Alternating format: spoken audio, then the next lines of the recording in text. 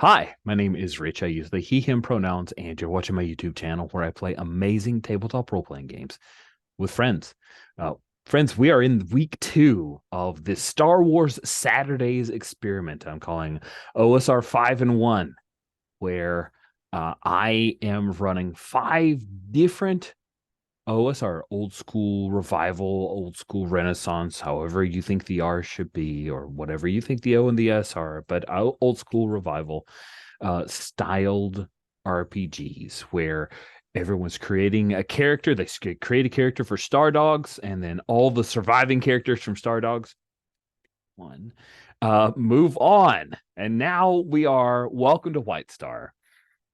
White Star is a game that is very second ed to me, second edition D&D vibes, aplenty in this thing. It's got default descending armor class, but optional ascending armor class. And I'm going to do that because Thaco, while we've discussed before we started recording it, I may have some like warm feels or fifis for descending armor class. It can go the way of the dodo, and Thaco can die in a fire. Just, I I love it, but I realize that the lack of utility of it.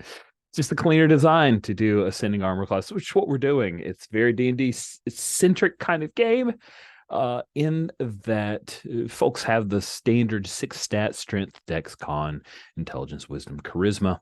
They rolled up their stats and rolled for hit points before we started recording. Now we have 3 brand new characters and 1 returning character, so we might as well do intros. Undesh as the sole survivor. It's like we're in Fallout days now. As the sole survivor of the previous campaign, and in a previous session, in case people are thinking that Undesh was like super smart, he was only super smart in that he showed up for character creation and had to go. So there you go.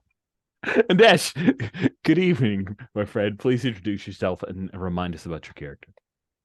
Yeah, thank you. I'm Anders, he, him. I'm playing Maze Vogie, who in this game is a cipher, which is a kind of criminal hacker, or sorry, slicer person, human.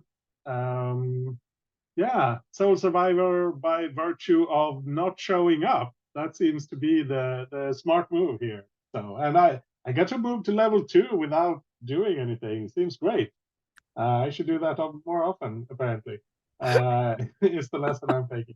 No, sorry. Yeah, I think that's about it.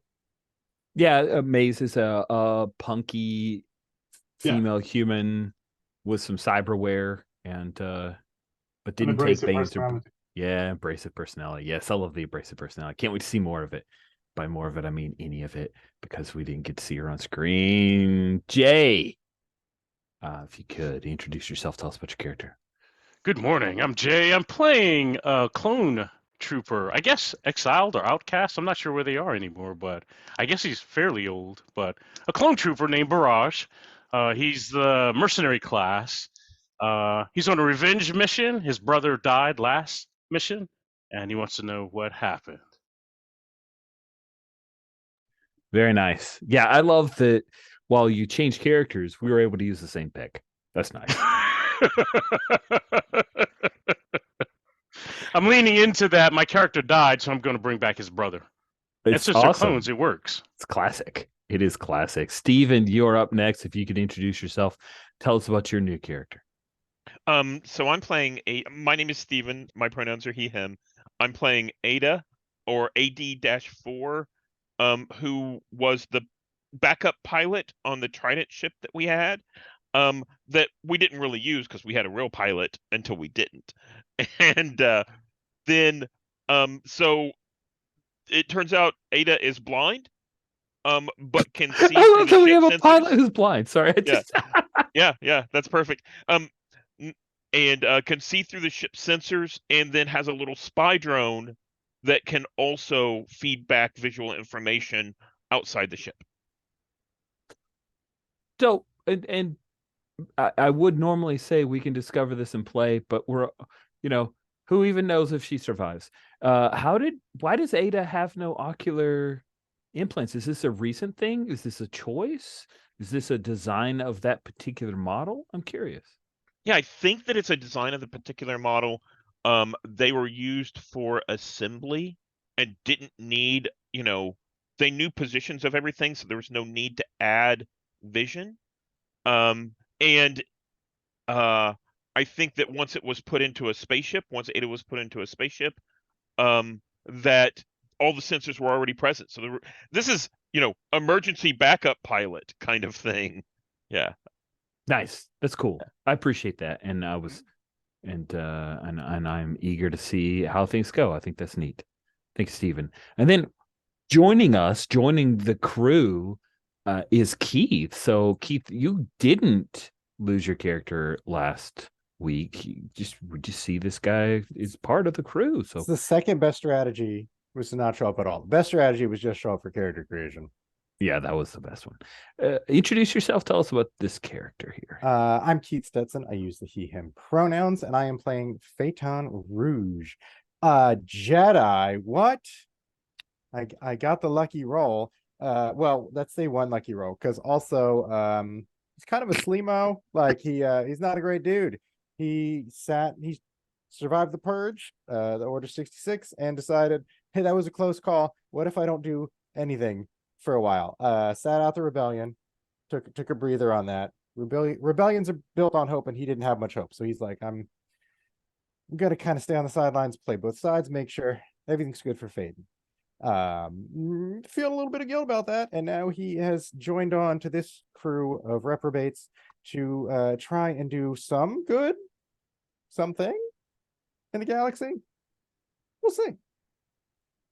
Nice. Very cool. Thank you all so much for working up these characters. We've converted the characters from the Stardogs because Jay and Steven made the new characters in Stardogs, so I converted everybody over to White Star except for Keith, who was built. His character was built in White Star as the Star Knight is what it's called in White Star, but it's totally a Jedi. We can add the serial numbers back on, is what you're saying? Yeah, just like little stickers.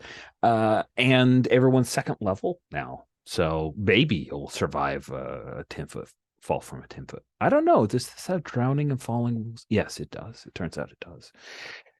Sweet. So dang, man, there's like my story game. It's like wants to come up with relationship questions, but I'm not gonna. I'm fighting it. We start with a picture of Barrage. This is like our like pre-credit sequence or something like that. And we see Barrage. And Barrage, you're watching the vid feed of the news report about your clone brother's death. Where do we see Barrage watching this little news clip on either a data pad or like a hollow screen of some kind? I think since we can move around pretty consistently and quickly in the galaxy, I think he's on a mission where they're cleaning up, they're wrapping up, they won the day. I think he's in the cantina on the ship that they arrived in, and he's still all dirty, bloodied up, and that kind of thing. He's eating, and maybe there's a big vid display on. He's just kind of catching up on what else is going on, and he sees that, right? As like I said, the rest of the mercenary crew, they're not all clones, but they just got finished doing some mercenary job in some place somewhere else. Nice. I love that. Again, I'm having a bunch of headcanon about what mission you guys are on, possibly a Rancor hunt. I'm not sure. Maybe Jay, it's just because when I think of Rancors getting killed, I think of you. That's awesome. I love that intro. We already had the little pocket scene of someone going into the closet, droid pilot storage closet in the Trident, opening it up and then activating Ada. I guess that was Maze. Phaeton, how is it that you're on the crew here? Is this a thing where you were always part of the crew, but doing a thing, or did you stumble aboard from the end of the last mission? Gosh, they both sound good. I know. I I try feel to like give good options. he's not super likable, so I don't know that I necessarily want to roleplay the part where they decide he's okay to keep around. So let's say he's already been around, Mhm. and for some reason was not on this. Oh gosh, probably yeah, he had a bad feeling about it, of course, because Star Wars, and arranged to have some sort of like overview. You had a back bad feeling about the mission and let them go and like Such we a got to do the dick. mission because we got so much money up front. I will be here running the logistics and taking care of all the important stuff, so you folks can get there on the ground and do what you got to do with the heavy lifting. Nice. Oh, sorry. It looks like my camera decided to take a nap. I'm back. Hey. Hello, camera. Just do your job now. Sweet. Good. So, real quick question. Because I don't want to steal Jay's amazing idea for Barrage. Do we want to pick up here as an exact follow-on for the failed mission to procure the Lexonite, or do we go with a like a canister mission here? Feels like we follow on, right? No, it's up to you. Jay will go wherever you want to go. That is just backstory for Barrage. So Okay. I'm not. Yeah, Jay didn't show up to go on a revenge mission, but that's Well, I Barrage's mean, you backstory. declared it Barrage's thing. So, okay. Yeah, All right. Then I will do whatever. here we go. Maybe it's like Firefly, where the episodes are out of order. Because as we begin this particular episode, after our little pocket of Ada being woken up by Maze and Phaeton and Barrage seeing the like, where's my brother? So we begin with a gruesome maroon sunset, dazzling the characters as you depart, walk down the landing ramp of the Trident upon the planet known as Krann, Krann. So Krann is a jungle world because this is Star Wars. So the entirety of the world is one biome. That's how we roll. And your initial contact on world for this job is the chief of security for the Montandives Limited Mining Corporation. Her name is Vanel or Vanel. Who knows her, and is the reason that you guys were the people that she reached out to for this mission.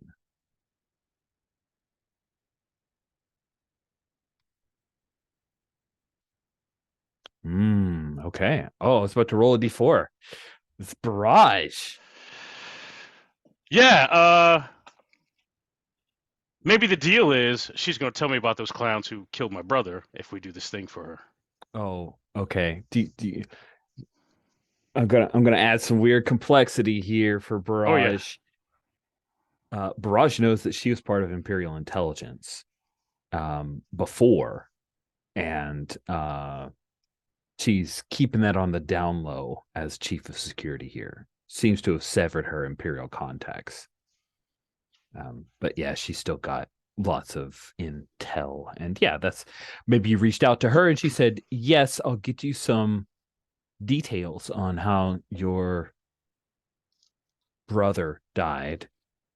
She uses the term you used, but you need to take care of something for me. So now the crew of the Trident, all four of you are disembarking. So by the way, I love the idea for Krann, the planet. It is a jungle world that orbits 4 blazing red giant suns. So the entire planet is soaked in unending blood-colored light. Isn't that wild? Just like high concept. I thought that was pretty great.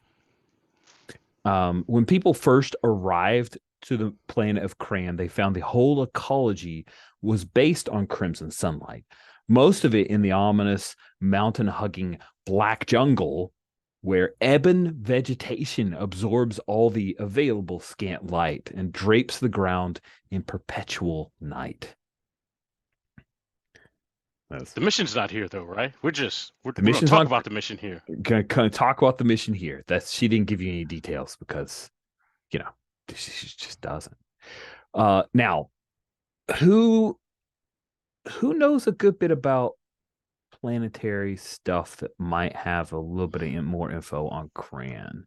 Anyone have any skills?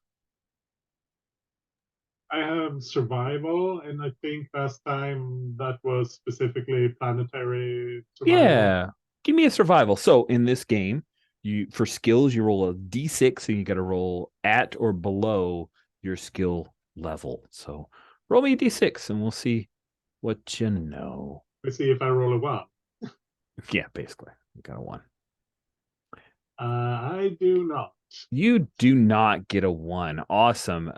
So yeah, what you've heard about Cran is that the Kluzot, who are considered semi-intelligent species, that the Kluzot are natives here. But that's all you know. Not sure why this little speck of a jungle planet is important to anyone. But you have heard of the Kluzot. I've got a picture of the Kluzot, which I'll show you guys because I like it. By the way, this module is called For a Few Kilotons More, and that amuses me. Just sharing that because it amuses me. That's the reason. Here we go. I like this pic. Here is a Kluzot. Sharing screens. Look at those guys. Yeah. Evolved from lemur-like creatures, the Kluzot have softly glowing amber eyes and body coloring, which, although drab in the red sunshine, seems almost fluorescent under white light. The Kluzot. Your contact, of course, is a human. What, Barrage, have you told the crew about Vanel? And I'll type her name in the chat. She's the client, right? She's the client. She's got a job. She's gonna pay for. We need work, and she's got information about the clowns that killed my brother. Right.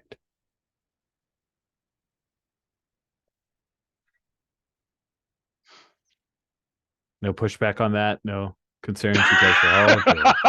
It's all good. You do mention that last part though, like it's also personal. It's not just. It's not just the money. No, I do that. In addition to doing the job, and we're getting paid for the job. I mentioned that first. She also has information about the clowns that killed my brother. Hopefully, we're not getting paid less as part of the exchange for information. No, I wouldn't do that to you. Is what he says. Yeah. And I wouldn't do that to you in any way that you would find out. That's right. And if I get caught, then I got to start apologizing. Cool. So Vanel, we cut, like, you guys come, we establish the blood red sun and how everything's so much darker. We cut to Twinkling Star is the name of the cantina where she wants to meet with you guys. It is in, and I unhid a particular tab called Cran. You're in Montandieves. I'm going to say Tondieves. Montandieves City. It is directly west of the mine itself. You can hear the mine. It is always going. It is primarily droid run. It is a 24/7, or for this planet, it's like a 28/7 operation.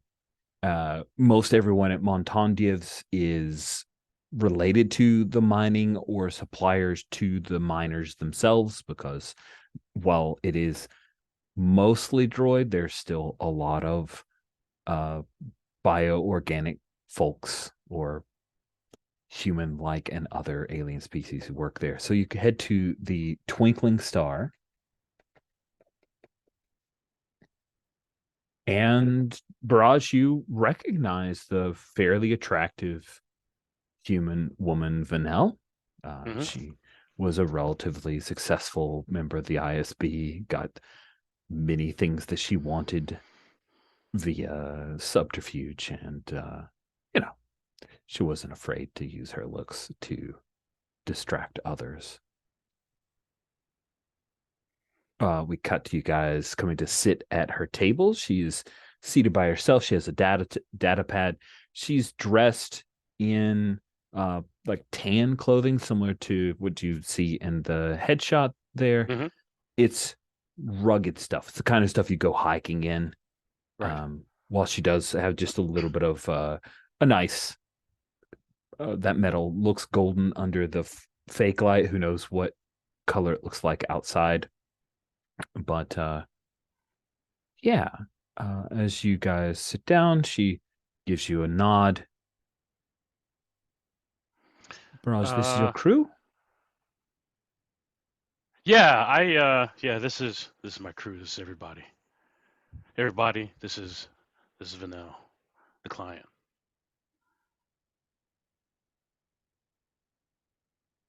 I appreciate Jungle you looks coming. good on you.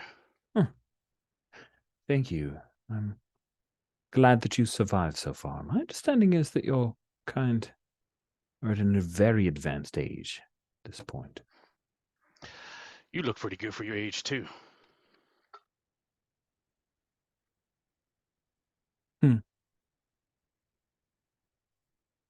Her eyes rest on you for a moment, Phaeton. She doesn't know how mean you are, so she must think you're fairly attractive. So what's the job?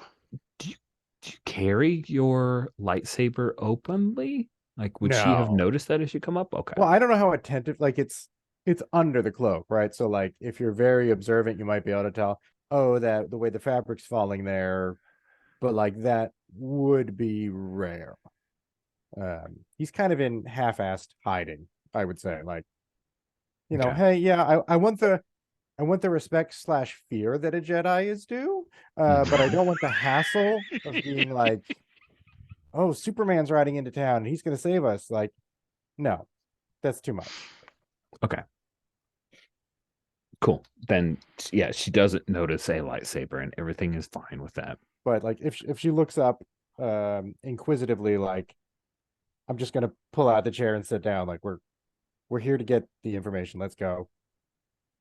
Don't need pleasantries. Sitting down. I don't know if she got like a picture of anything for the table.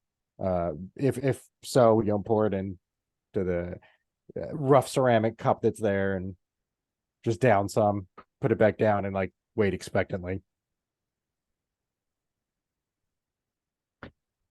And then Maze, I see in the picture that you have these cybernetic arms. Is that what you, Undesh, also saw as part of that character? Was it just part you weren't thinking that?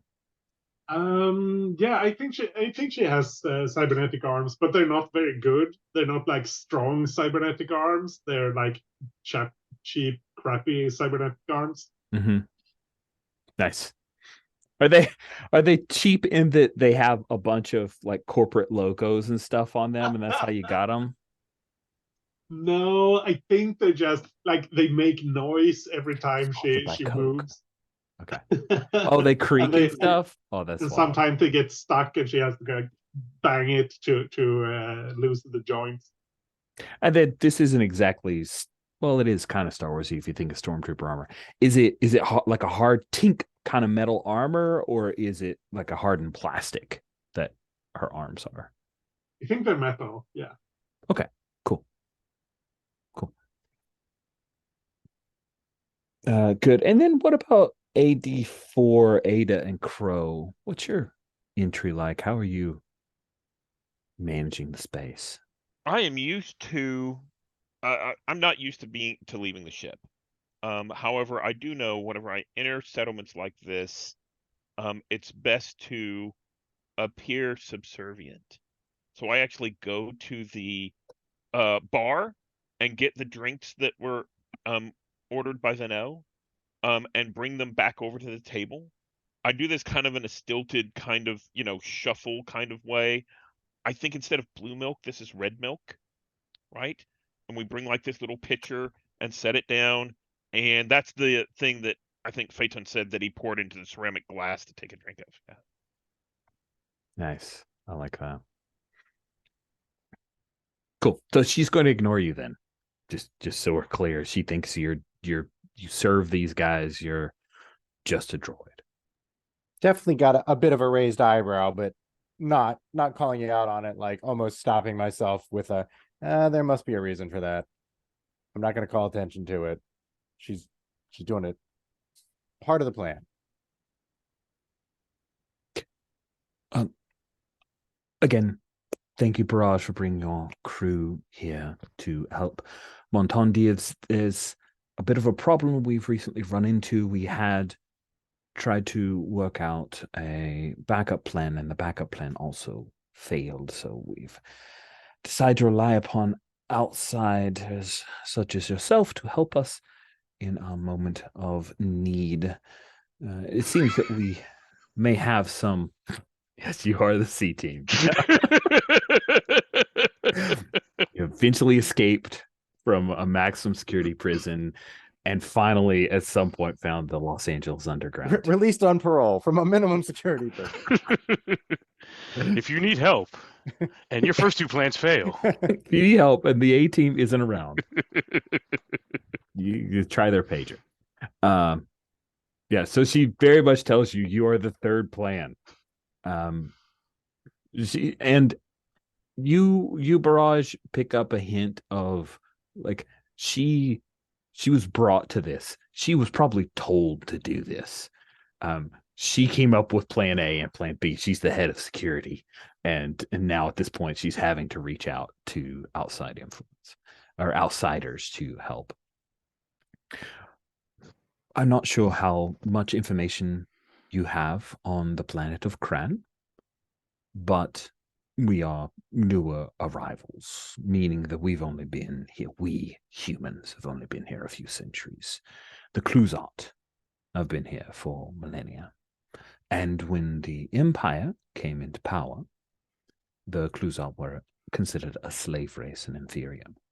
The Montondivs, when our mine was established soon after the Empire began its fall after Palpatine, so it's only been a year and a half, we rose quickly because we funded heavily in hiring the Kluzat and freeing them. It's been extremely successful. The New Republic has used us in a number of public successes near Zenj's empire. However, of late, other mining corporations have decided to open up shop on Kran, and I don't mind competition. However, I strongly believe that they are funded by Zenj's empire, and there have been a number of sabotages that have taken place. We had arranged for our most recent shipment of Nova Crystals. She pauses. Nova Crystals. Nova Crystals are they're not. Oh God, what's in a lightsaber? Oh my God. Kyber. They're not Kyber crystals. Thank you. Jeez. Wow. I'm just gonna walk away at this point. We're done.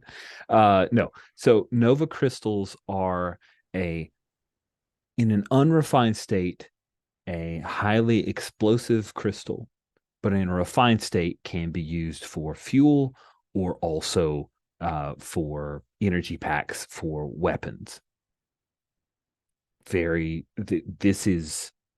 Nova crystals are the corn fuel instead of corn petroleum version of kyber crystal type stuff, meaning it is an excellent alternative in areas that are poor in the types of fuels used or crystals and other liquids that can be used for fuel and energy for blaster weapons. So the Nova crystals are packed up. They are ready to go.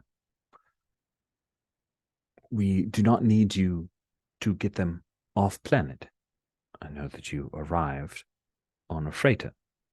However, there's a special refrigerator that is needed to take Nova crystals in their raw environment. Our refinery has been taken offline as one of the sabotages that I mentioned before.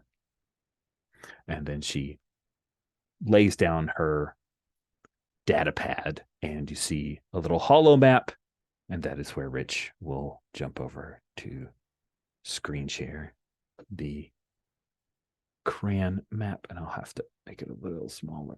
Pop that there. We are here, as you assuredly know, at the Montandieves mine. We have several large haulers that are ready to go. Metage camp is where we need the Nova crystals to be taken. Our drivers that we had hired are, well, the ones that we were able to locate are not able to serve. Others have disappeared. So we need a good pilot and some people who are willing to defend your motor so that you can travel to the Tage camp with the Nova crystals. From there, our contact has a properly shielded and ready to go starship that can get it off of planet.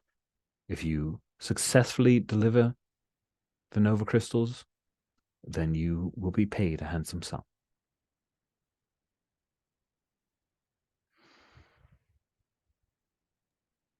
I think at the end of the spiel, I push the pitcher over to Maze and say, tell me if you think this tastes as bad as I think it does. If you think it tastes bad, why should I have any? I want to know if it's as bad as I think it is. Well, if it isn't as bad as you think it is, it's probably worse. I'm not having any of that. Is this job as bad as I think it is? It'll be I don't know. dangerous. That's why I asked Barrage to take care of it. I'm offering 4,000 credits each for 2 days' work. So to be clear, that's 16,000 credits. Well, And half up front.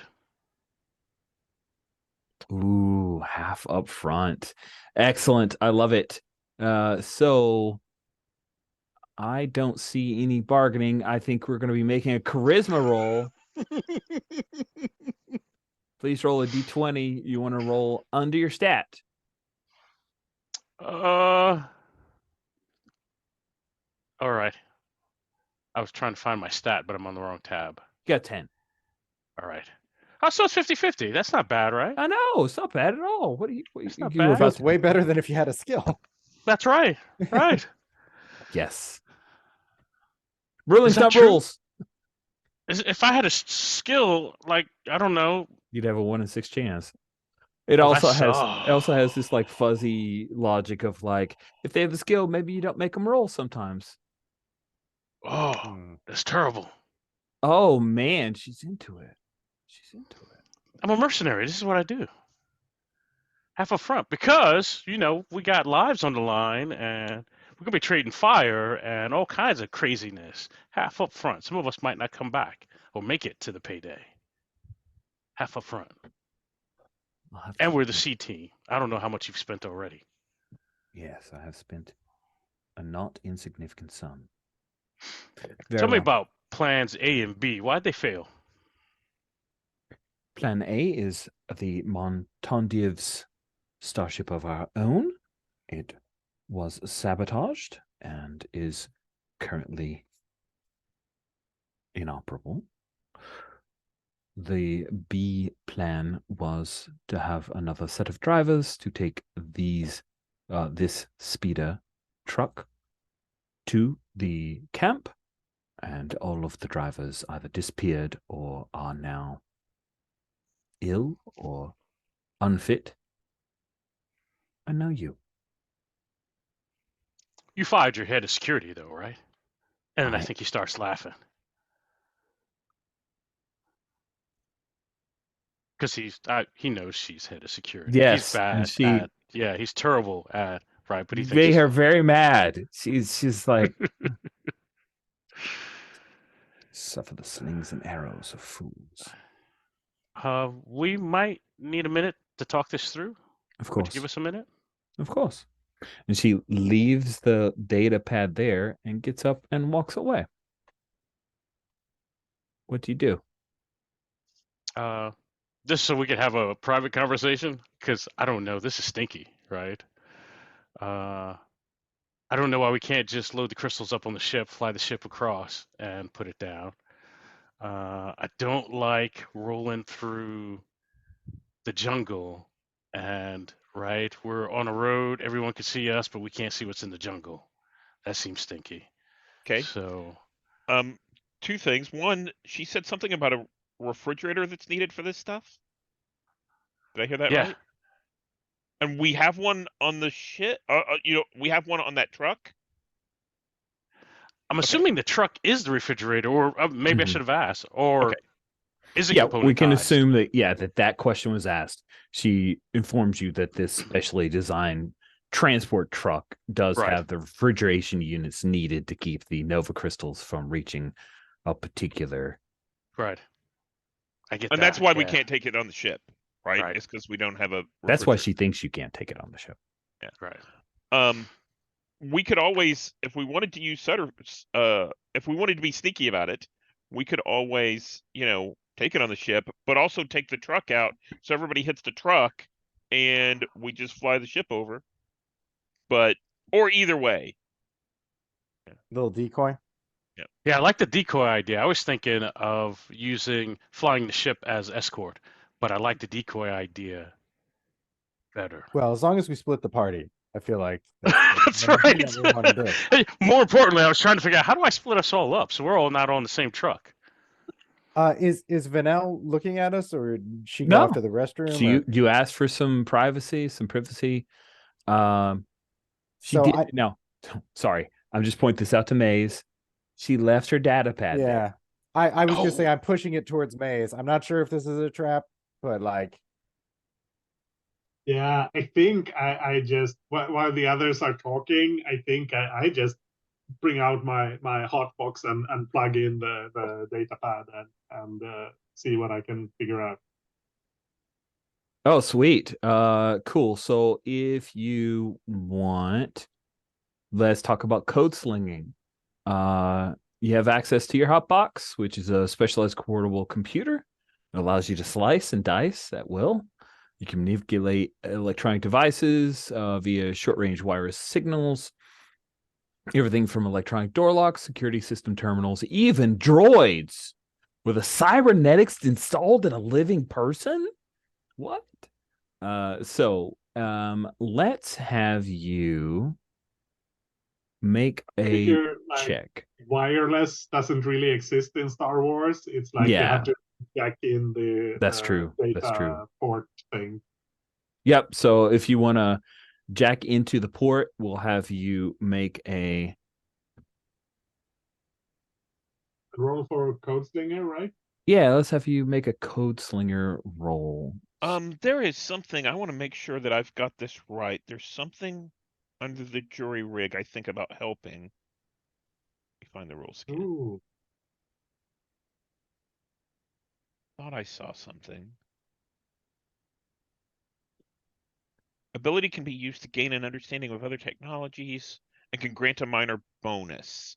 Okay. I think that's whenever I jury rig something, I get a minor bonus. I don't think I can grant one to someone else. Okay. Okay. Yeah, helping rules. That's far too modern. Yeah. Cool. So I'll roll my 1d6. I get a 6. High is good, right? No. Okay, great. So you check into the thing. It's recording you right now. Like you immediately pick up that this thing is recording your conversation. I think we were at some kind of restaurant, right? You're in a cantina called the Twinkling Star. Yeah. I just unplug the data pad, go to a window, and throw it out. And our price just went up. Wow, that's amazing. Looking up data pad. Hotbox basic, 100 creds. It's not so bad. Mini computer, 100 creds. Yeah, so there we go. Sweet. That's amazing. So you guys, eventually she will come back to the table.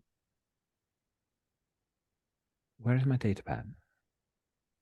Why are you recording us? Where is my data pad? We could do this all day. Are you accepting the job? Why are you recording us? My employer may have talked about the possibility of hiring a new head of security if I was unable to take care of this, and requested that I record the interaction.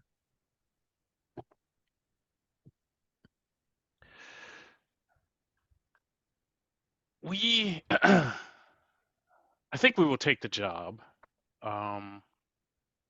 Actually, can I? No, go ahead. Yeah, Technical yeah, question for Rich. yeah.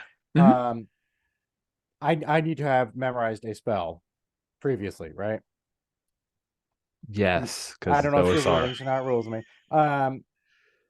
So would I have thought today is the day we're going to negotiate and then stuff will happen later, or would I think everything's happening today? I'll push it to y'all. Are you guys the type that like takes a mission and immediately goes on it, or takes a mission and takes some time?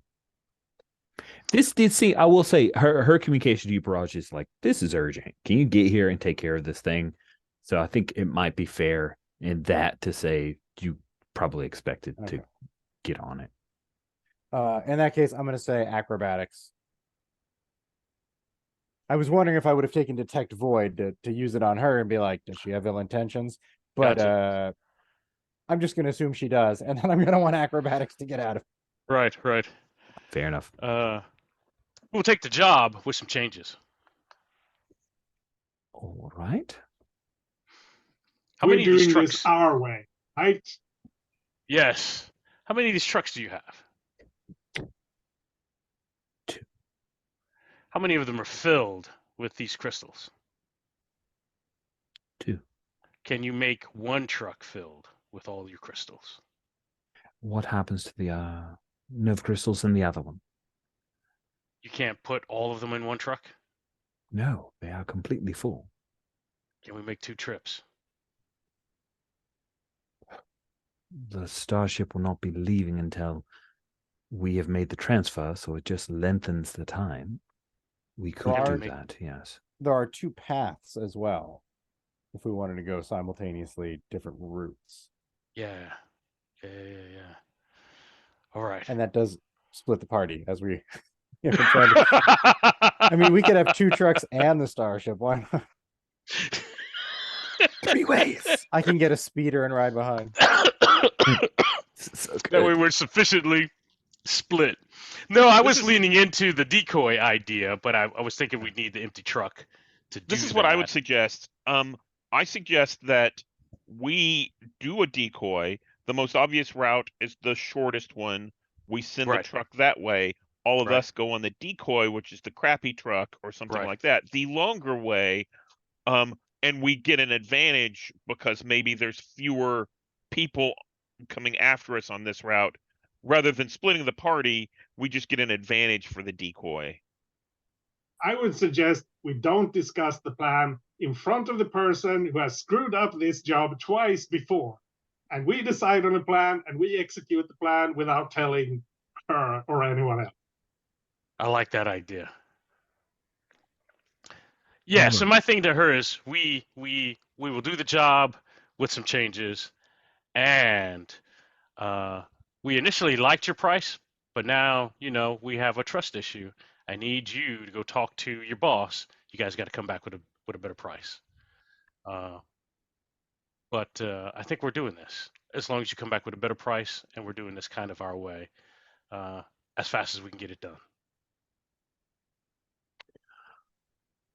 I will speak with my employer, but at this point, you have not fully accepted the job. And if any of the others I reached out to do accept the job, then our negotiation is at an end. Oh, wow. You're going to do it like that? This is what we're doing now? All our history, me and you? This is how you're going to do me? Yes. I see. All right. I thought we had something special, you and me. I'm sorry you're mistaken. With that, Okay. she scoots herself back, and she is obviously still looking for her data pad as she leaves. TT was on mine too. That's right. I mean, she's not contacting anybody else. She'll never date him. That just means we got to take out D-Team now. That's a new job. Okay. So you will receive a communication from her on your comm link about half an hour later. Mhm. And what they can do is she's been authorized to give you 10 upfront, but you have to start today. Does that sound good? So that Yeah. it's 16 total, but 10 of it now. Yeah. I mean, yeah, we would have taken a lot less than that. That's That's true. So, yeah, I tell her we're in, but I also say, this is really your fault, right? You shouldn't have been listening in on us. You made this difficult. I've informed my employer of your objection. Okay. I had an idea, which comes from what you said earlier, Jay, which is we should spend our money, our upfront money shopping and that kind of stuff. What if we buy a tank? Oh my Sorry. God. No, I don't think there is a tank in the market. right. So I think we have a few options. We could take the 2 trucks, drive them separately, Right. or we've also talked about loading up the ship. I don't like the idea of splitting the party mechanically. Right. No, I Narratively, understand. I'm fine with it, but yeah. Yeah. Yeah, my thought is if we could safely get them all on the ship, I love that idea, because then we could drive empty trucks, or someone could drive empty trucks. yeah. Yeah, but The it ship's seems like we'd be very pressed for time to arrange some way to, because I don't think the trucks will like fit onto the ship. So we'd have to either arrange cooling on the ship, or Right. like get the refrigerators out of the trucks and onto the ship, and that seems like Oh. a lot of work for one day. We But do have more money now, so that is a plus. But yeah, I mean, per Rich's point, I don't know what is available. Like, were those refrigerators custom ordered off world? Were they built from pieces here? Can they? Right. Could they be disassembled and one of them disassembled and moved even? Although I don't know if having half on our ship and half on a truck does anything for us. Right. Let's see what this looks like. I suggest let's let the dice make the decision. There are jury rig rules where I can see about jury rigging the refrigerators from the trucks onto our ship, and if they Nice. fail, then we take the trucks, right? Nice. Yeah. I like it. I like it. So I think that's with my skill. What skill is this? But I think it says 2d6 rounds after a jury rig repair, it suffers damage. and I imagine Ada knows this, right? Yeah. Can grant a minor bonus when used in this fashion. The pilot typically has a 1 or 2 on a d6 chance of success. So let's see. So does that sound okay, Rich, to use jury rig for this? Sure. Yeah, that sounds great. So we're clear. You're jury rigging your ship to be an alternative transport device is the plan, or what are you jury rigging? Yeah, I think the plan is to take the 2 trucks that we have full of the material, and we're going to see if we can install the refrigerators with the material onto our ship. If we can't, if this turns out to be a failure, then we're going to drive the trucks instead. Okay. Yep. Sounds good. Ooh, and yeah, and okay. So let me roll that and see which way we're going. Yeah, jury rig is wow. Takes one I got a round. 4.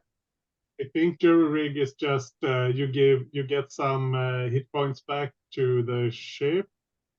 It is, but there's a second section which is at the referee's discretion. It can be used to gain an understanding of other technology, Cool, to cool, grant cool. a bonus, to Yeah, yeah, yeah. manipulate such devices. Sorry, I was just reading your character sheet. Yeah, I moved half the rule into another yeah. Cool, just for cool. space, really.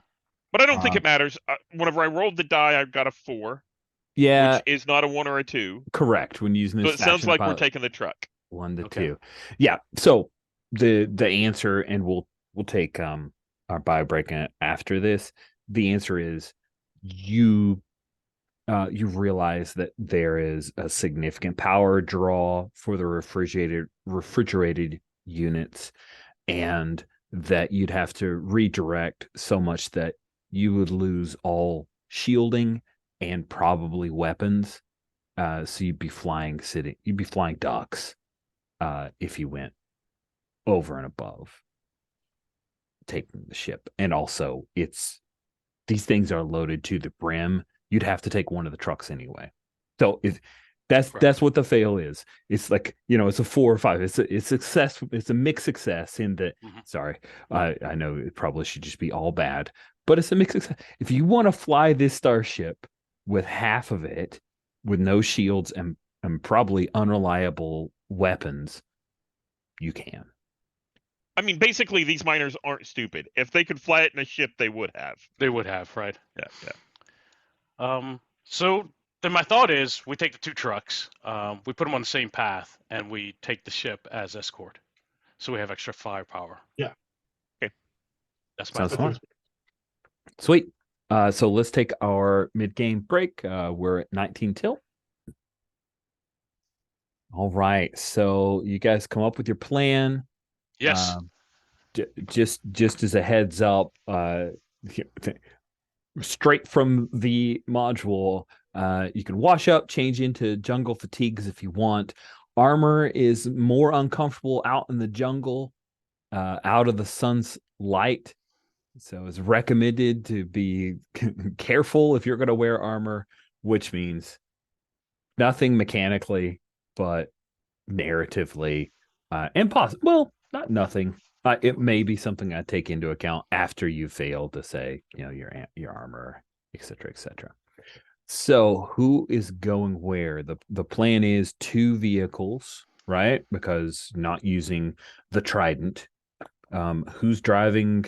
We'll call them Alpha and Beta. Is driving speeder truck Alpha. By the way, there is a cool pic of the speeder trucks. Ignore everything around the pic, but just so you have an idea of what they look like.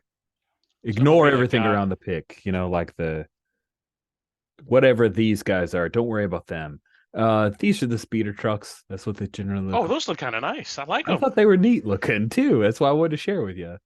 Can we do Alpha and Bravo? Because I'm that guy. Oh, that's good. That sounds good to me. I'd only written down Alpha, so obviously there was space for Bravo. Who's driving Alpha? Who's driving Bravo? So we got them and the Trident, right? Yeah, that's true. You definitely need. But, is your pilot piloting the? We need our pilot to pilot, right? Okay, cool. And I mean, so who's all by their lonesome and is therefore the first person I attack? Can we chain them together and drive both from the cab of one? Oh, that sounds amazing, but super dangerous. Yes. I like it. I mean, because we don't want 3 of us driving and 1 of us defending everybody. Okay, you just mentioned 2 paths. That's why I thought you were doing an Alpha path or Bravo path. Well, I think they're both on the same path, right? And we've got Trident above. Yeah. Like, if you want to daisy chain them, that sounds amazing to me. I am 100% on board with that. I'm all for it. Yeah. Yeah, man, I like that. I can drive. I think if we're just looking at Barrage should definitely be free to blast things with his rifle, and Phaeton is a Star Knight. He can lower himself to drive a truck, right? He's gonna do his laser sword thing. Yeah. Yes. Shoot blaster bolts back where they come from. Yeah. Amazing. Cool.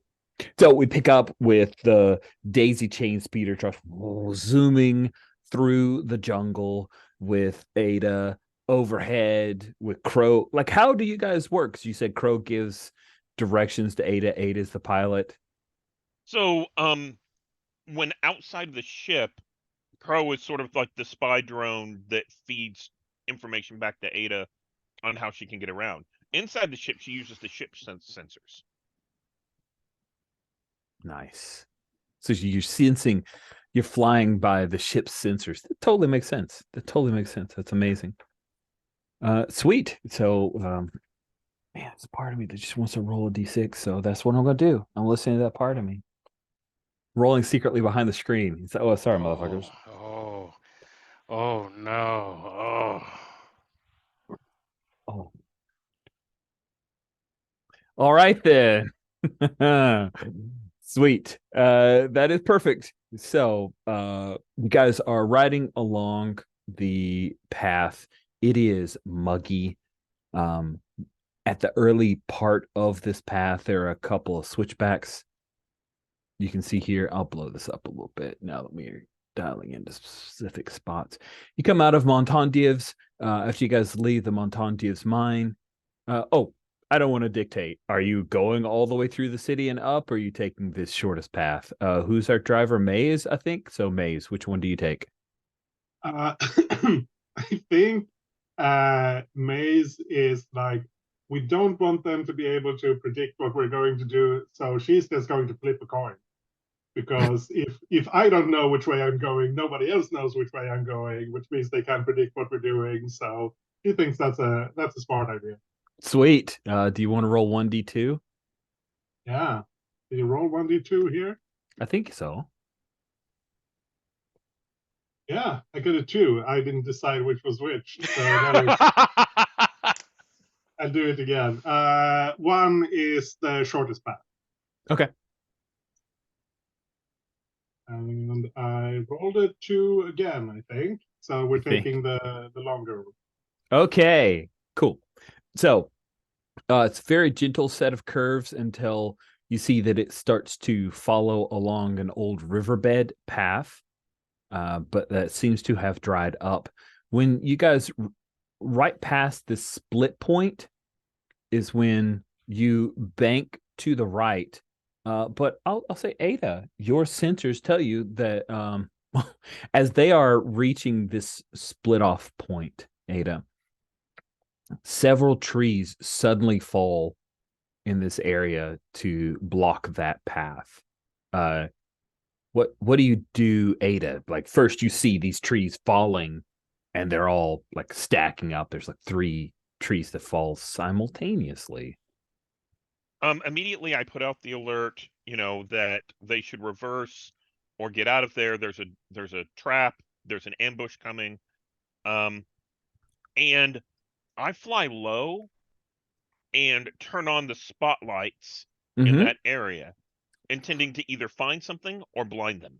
Oh, that's awesome. I love that. That's really, really cool. Let's have you. I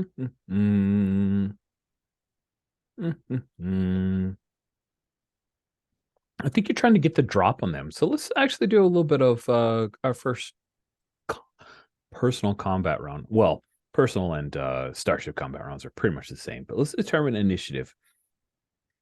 So you come rolling in, but they, of course, whoever is doing the sabotage here is looking around. So each party will roll initiative on a d6. I'm going to roll this purple d6. I'm going to roll this purple d6. I got a 1. Awesome. So pilot, you can... You should roll for us since you're playing the shape. Yeah, Ada, you should. And you also, I think, get a bonus. So if you're flying a starship, you may add +1 to any of the starship's statistics temporarily: AC, movement, shield, strength, or targeting. And when you're flying a starship, you receive a +2 bonus to initiative in starship combat. Fantastic. So I'm going to roll the d6. I mean, you go first. I rolled a 1, but let's let you do it so you can enjoy your. So I You rolled got a 4. plus 2 is a 6. Nice. And then doesn't everyone roll? No, it's just Okay. it's just you right now. I think it's just you encountering, and then we'll have that round. And if you haven't resolved it by the end of that round, then they can get involved. Does this sound fair? Yeah, that sounds great. Okay, cool.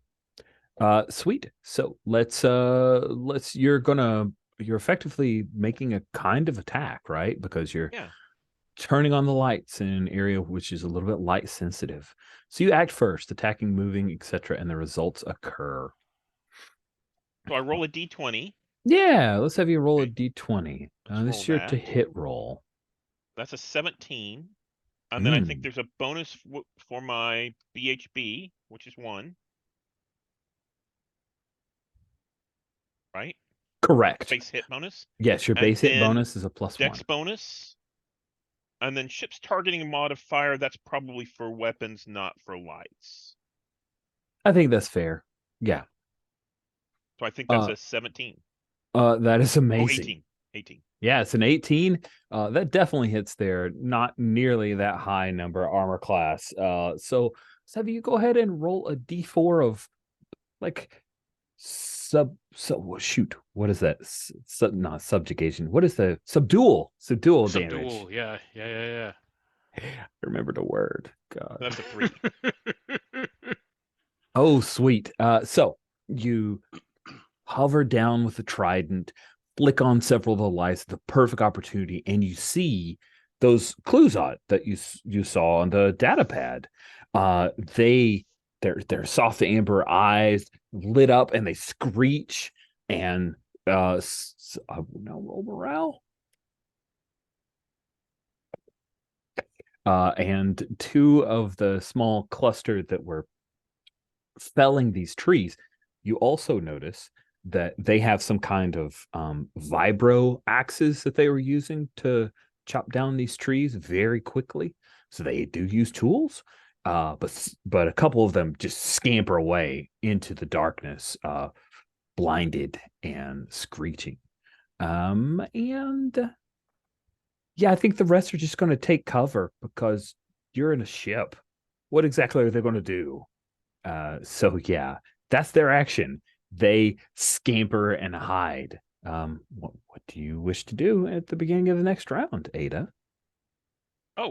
I think I'm gonna. I figure that these trucks are pretty sturdy. They're like all-terrain kind of vehicles.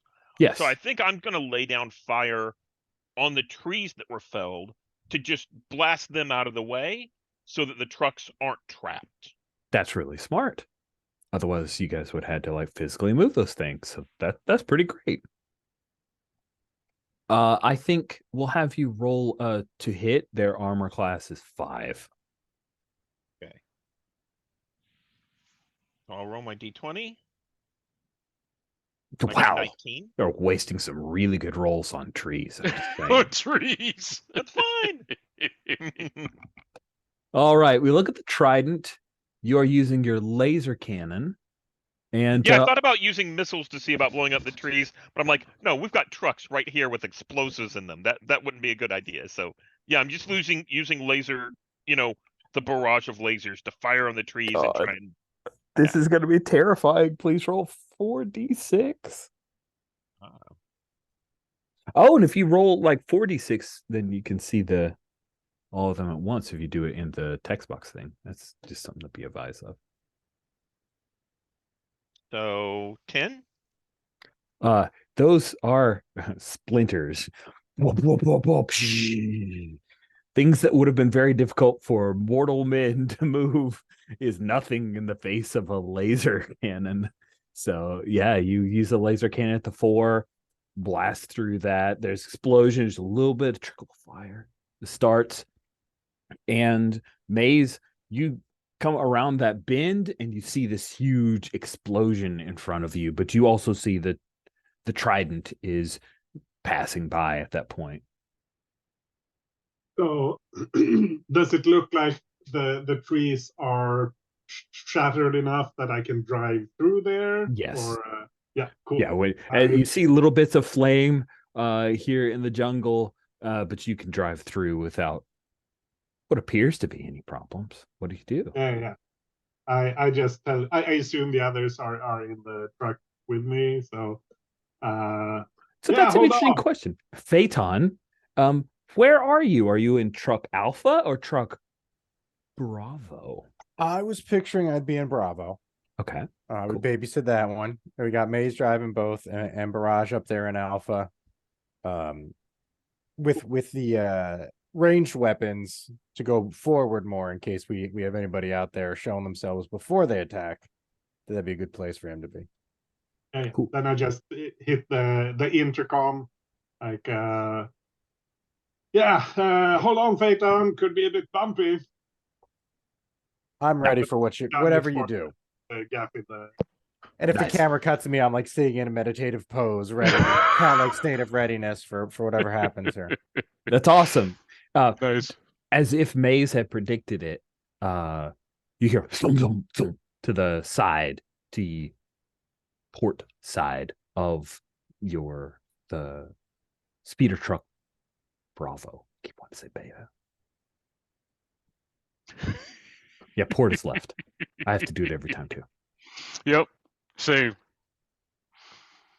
Port has 4 letters. Left has Mhm. 4 letters. It's That's- the only that's- way I remember. But I forget that my first mnemonic that didn't work was, oh, the one that has the R in it is the right. Like, both have an R.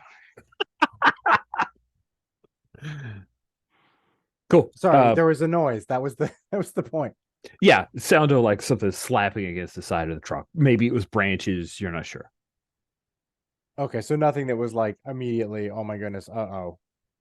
I'm Well, being you- boarded. You get a weird feeling. Ooh, a weird feeling. All right. Just a disturbance in the force feeling? No, not quite that weird. Okay. Maybe a bad feeling. Oh no, a bad feeling about this. All right. I think in that case, I'm inside. Well, there's like a viewport or something, right? Like I can see outside. I don't have to go outside to see outside. Yeah, you can like stick your head out. Yeah, it's a truck for sure. I'm not crazy about your phrase "stick your head out." I was What? just wanted Oh. to look out a window. So weird. Why would I have said it that particular way? No, you can look at I guess there would be rear view mirrors. That seems appropriate, but less. I mean, feel free to say you can't see anything, but that's the first thing I do. And then if I don't see anything, I'm picturing there's like a hatch on top, and I will pop out onto the roof to survey what's going on. Amazing. You don't see anything. You do look out the side. You don't see anything. But we, the audience, see a couple of Cluzots had just climbed up seconds before you stuck your head out. And so when you open up the hatch, you start to push it, but it opens way faster. About the time that Ada, I guess, notifies you, hey, watch out, there's someone on top. And then you see that there is a Cluzot. Oh, Rich must look up how. I think they're 1.8 meters. 1 to 1.5. They're short. They're little guys. But yeah, there are a pair of Cluzot, and one of them has a vibro axe, and the other one has a little like stabby dagger, and he's going to try to dive in the hatch with you, the one with the stabby dagger. Okay, so I'm still inside. The hatch is Yeah, open. you are there. still Okay. like hatch open, Cluzot, one jumps on you. And that was my surprise round. So we can go to initiative. Do we have a specific die that was just any of the D6s here? And you're the We you're have the so many magenta. D6s because Steven likes rolling lots of D6s. I'll slide one so you know which one it is. I've deleted all the others. So Oh, okay. It's a 2. I got another one. I got a rock. Sweet. So you go first. What do you want to do? Sweet. So we said the Cluzot are semi-sentient or it's unknown. The like- rumor is that they're semi-sentient. That's right. that's what the little you guys know, because someone rolled very poorly on And I think that our contact said that they had been freeing them, right? Mm-hmm. They'd been buying stuff and then giving, yeah. Wait, Yeah. say that again, Stephen. I think I missed that originally. I think that our contacts said that the Empire had enslaved them, and that the locals had been buying out their contracts and freeing the Cluzot, Yes. and that made them friendly with the New Republic. That's exactly what Vanell said. But not with the mine. They're not chill. So they hire Cluzot. Oh, okay. It's like when you guys went and got the speeder, there were Cluzot there. They were wearing clogs or togs, like miner stuff. They were doing mining. Gotcha. But I mean, who else would they have expected to not want these trucks to go through? That's who we had in our sights, right? But okay, so one has jumped on me with a little dagger. Is that what you're saying? Little dagger. And the other one's in the is above. So what I'd like to do, and I know there's probably more rules about combat than I've been used to for a while. Ideally, I would like to toss the one off me against the side of the truck, whip out I'm gonna say lightsaber, because I can. I'm not writing a book. I can say lightsaber. Whip out the lightsaber. You bought the PDF, you can do what you want with it now. And like more not an attacking way, but like if that is a thing, more of an intimidation way, like you guys really don't know what you've bitten off here. Do you want to run away? I'm giving you the chance. Nice. That sounds amazing. Please make a 2-hit roll. So your base hit bonus as a Star Knight is 0 at second level. You are making a strength-based attack, which you have a bonus of 0. So you're rolling a d20. Okay.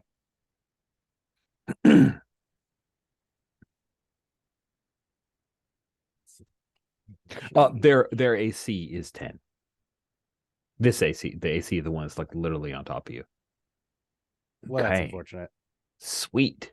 That is unfortunate. They are going to attack you back. Your AC is an 11. That's a D12, so I'm not going to roll that. I liked my odds with that one. Yeah, it's pretty good. Here we go. What drops is what I rolled. You're hit, sir, with a dagger, and you take 2 points of damage. Do you have any armor? Yes, I thought I did. The energy cloak. Energy cloak. That affects AC. Yeah, Sorry. I don't think it does anything else. Yeah, so we'll just put your full HP is 9. You're down to 7. 7 hit points, and the other one is going to enter the hatch. Ada, you I guess would see that being Overwatch, that these things quickly got on board and are trying to get inside. And I basically let Maze and Rampage Barrage know, hey, the Bravo truck is being boarded, and I think I actually saw Phaeton get stabbed, right? And I'm like, Phaeton's down, you need to get over there right away. Yep. Cool. Let's roll to the next round. Phaeton, you go first. We're just going back and forth at this point. So you tried to play nice. They stabbed you with a knife and it hurt. What would you like to do now? So I did actually unsheath the lightsaber, and like I did that stuff, but I just wasn't successful in scaring him off, and they stabbed me. Okay. Correct. The one's coming down in the hatch, right? Like is he in now? He's in, and he's got his little vibro X. It's now vibrating. I mean, that's definitely scarier than the knife. I don't like being stabbed, but I feel like he is a full 1.5 meters tall. He's a giant. Yeah, I think, you know what? Sorry, I just mostly doing that to watch it just chuckle. That's it. Sorry. I tried to be nice, but I didn't get this far by not being number one first. So I'm gonna run right through the axe wielder. Okay. Like none of this fancy zoom, just thump. You're just doing it. All right. He is also an AC of 10. All right, green die. Be better to me this time. Better be good to me. No, it's not. It wasn't. Although wait, I'm using my light sword. Oh, yes, yes, you have a thing. Star Sword, Uh, preferred weapon, +2 to all to hit rolls when wielding a Star Sword. You hit with that. Now you get to roll your scary damage of D6 plus 4. That's a lot of damage. It's not insignificant. Right. What? Does it not let you add a modifier? No, You you just have can't. to roll Sorry, D6. it's just a Okay. straight up die. Yeah, it's just a die table. I wish there was a modifier. That'd be kind of cute to have a little number up the top. All right. So it's a 6 then, although Yeah. all to hit rolls. Okay, so it's a 6. It is a 6. That is devastating. What does it look like when you take care of this Clusot? Gosh. So that's the end of That is the him. end of this Yeah. Clusot. So I mean, I think it's like He had exactly 6 hit points. utter surprise. You know, they boarded, they stabbed me, and then all of a sudden, like right through the middle, looking down at it, just a gasp, and then flump, like I guess the blade would go through, right? Because it Yeah. goes right through, and he flump, the top half of him is now thirds. I guess. Wow. Like Dang. he goes down, and I'm like a little surprised at that. The But other also close that jumps on your back is going to try to stab you as many and as hard as it can, and it actually hits you. There's that momentary pause and then scream, unearthly like chimpanzee scream as the thing gets, and it's and it 2 points of damage, but it stabs you several times. Yeah, I don't think I ever got him off my back, because that's where he stabbed me once. Oh, that's and, true. like, Yeah. So he gets to I'm witness you stabbing like, his compadre, and that did not go well for either of you guys. So, sorry, I'm just talking about metric system to our stupid standard. Getting stabbed with a lightsaber is deadly. Yes, as it should be. Sweet. So you've been stabbed a bunch of times. What are you going to do about the clues on your back? on my back. I feel like you got to do the classic action movie thing of like ramming him against the side of the truck until he falls off, exasperated. That sounds great, and I think we will say it is he's got a lower AC against that, right? So let's say that his AC is an 8. But you're not using your Star Sword. I am not. So that pretty much. Oof. Okay. Completely. Like, you slam a little bit. I'll give you a choice. You can both take damage from this, or not. Like, you just don't get a good angle to hurt him. Yeah, I think it's that it's just too confined. So like I can't move back and forward. So it's just kind of like he's pressed against the wall. But if anything, that's almost holding him there rather than knocking him off. Ooh, I love this. So I'm just tilting the thing just a little bit. I think you slam him, it doesn't hurt, but you see the dagger like ting ting ting bounce on the ground. And now he just grabs it. He's gonna try to bite your ear. Is that too much? No, go for it. Okay, X card's available. So all right. I don't like it, but it. Oh wow, man! This guy's so good. Gosh, this is their most deadly warrior. He's the most ferocious. We cutscene back to him standing around this like weird smoky fire, and they're saying a bunch of words, and they're putting this weird like woad paint on him, and he is their greatest warrior, and they're speaking in Clusot, but it's all subtitled, and he bites your ear. Unfortunately, does the same amount of damage as a dagger. There's another 2 points. Oh my god, you're about to die to a Clusot. Man, what's up with Jedi? Okay, yeah, you haven't even heard him. Sorry, I'm not trying to make you feel bad. I just hate your dice. Okay, let's go. What do you want to do now? I did try to warn you. The last Jedi died. Jedi have a very short shelf life in this game. All right, so let's talk about the magic system a little bit here. Let's do it. Do I have to do a roll to magic, or does it just happen? Oh, great question. Meditations. The word meditation is mentioned a billion thousand times in this game. book. So meditations, gifts of channelings. Okay. Nope, that doesn't help. Okay, availability description says otherwise. It takes effect in the character's initiative phase. Meditations. Okay, meditations. First level meditations. How do they go? I'm gonna say they just happen. Okay. Yeah, they just Uh, happen. So I'm gonna engage acrobatics. Nice. And my plan here is to leap out of the hatch. Hey, great if he can't hold on to me while I'm doing that. If he loses hold, if he does still have hold, at least that point he is now within sight of Barrage's rifle. And I mean, if we want to get really dangerous, and I'm at 3 hit points, so I might be willing to. Ada flying. I got this. The trident. So I'm not alone if I do this. Sounds good. I love it. So you're doing acrobatics. You do not have the skill acrobatics. I don't know if there is a skill acrobatics. No, So we'll he has the meditation acrobatics. Yeah. It lets me be more acrobatic with like jumping, and I can jump 10 feet. So that's why I'm thinking it would be hard for him to Leap hold on. horizontal vertical thing. I think you just do it. Because every other option is less interesting than a Jedi doing a Jedi thing. So yeah, you just jump through the thing, and the Cluzot isn't able to hang on because it's a little freaked out, and you pop up on top of the hatch.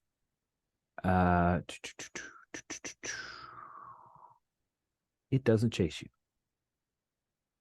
Yeah. So now he is staying inside of the truck. Mm-hmm. Correct. He does not chase after you. You're like there with your. I guess you drew out the lightsaber again. Yeah, I still had it. You know, Ada flies past, right, and this thing hasn't come up after you. Well, mixed emotions about that. Glad you're not stabbing me, but kind of in our truck now, and I don't know what you're gonna do. Barrage, you are the co-pilot at Alpha, and you've had a couple of rounds to do something here. What have you been doing? If I can see these lemurs on, if I have line of sight, I'll take a shot. If not, then if they're along the road, I'm laying down cover fire to keep them suppressed. Okay. I think you watched and you laid down some cover fire. You saw the amber eyes of a few Cluzot who were along. But other than the two that jumped on Bravo, none have tried to encroach at this point. Gotcha. You're suppressing them. Maybe they had ideas, but only the really tall one and his super ninja buddy were the ones who actually jumped on, and they jumped on Bravo. So Gotcha. Swing back to Phaeton. You got to do something. What you gonna do? I mean, I don't got to do something. I could just stand there and wait, because the option is either, I don't know. I wish I had some sort of nerve gas or something to drop in there, but I don't think there's an option for that. I also don't. Ada, you spot the Cluzot is now in the cockpit of Bravo.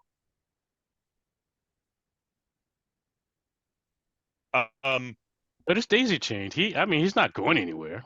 We're dragging this thing. Mm-hmm. That's true. Yeah, I don't know that he could drive it. Yeah, how mechanically adept he is. Like, presumably there's some way for him to disconnect, like break the connection, or no. Can I see him in the cockpit from where I am? I think it'd be a hard shot, but yeah. Is he one hit die or lower? His buddy, who was bigger, got cut in half by a lightsaber. Star Sword. So I only ask because I get free attacks if he's a hit die or less. You get free attack. So I get 2 of those because I'm level 2. And that's not even using my standard attack yet. And I imagine this is like, the two things are daisy chain, and you're just trying to time it to that moment when it goes around a curve and you can see the that sounds awesome. I have very cinematic imagery for this going on. So if I can see him, I will double tap my laser rifle and I will use those 2 free attacks. Yeah. To, And he's like like, stabbing at the console right now with his knife. He's trying to wreck this thing. He's going ham on mechanical and electronic devices, and you get to take your first shot. So let's see And how this Ada goes. comes over in the comment and says, you know, if he continues to wreck this thing, he might disable the refrigeration and blow everybody up. That's fair. Yeah. Here's the first shot. I get +2s on these because it's my favorite. Actually, it's +3s. It's my favorite weapon, and +1 for base hit. Yep. Base hit The bonus. mercs are made to shoot things, and you're trying to shoot a thing. All right, here we go. That will That's a hit. 17. Yeah, I And was here's thinking the it was basically. second one. Oh, the second one's not going to hit. No. So I was giving him effectively 2 armor for trying to pull off this crazy shot. So the second one, like maybe it glances or it hits inside the cockpit thing, but the first one hit. Roll your damage. This could very well take him out.